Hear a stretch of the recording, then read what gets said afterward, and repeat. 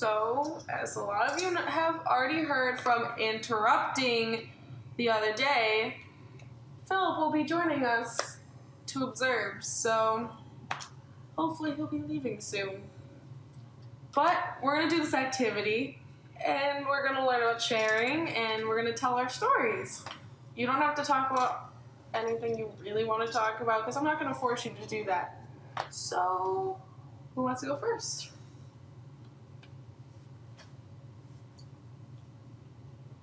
I guess I'll go.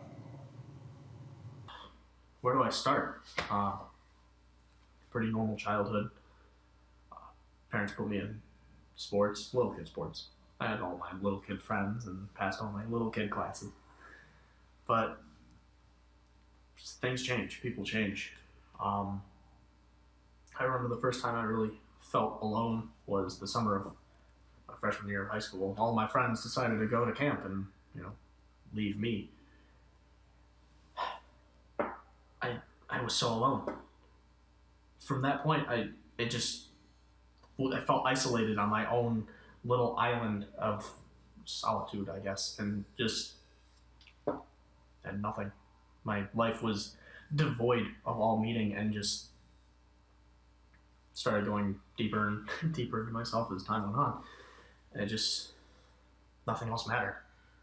My parents did try to help, though. They would bring me to our lake house on the Apache Lake.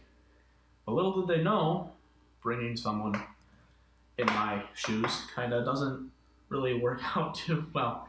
Bringing me out to a lake alone, going out on the water, doesn't really work out too well. Eventually, I became a concoction of antidepressants and sleeping medication. Basically became a zombie, walking to class, shambling from class to class, doing my work, going home, basically just doing everything that I needed to do to survive, but not being happy about it. And eventually I just thought, since we're all gonna die one day, it doesn't really make sense to make relationships. So I had no friends. I would just go from place to place alone.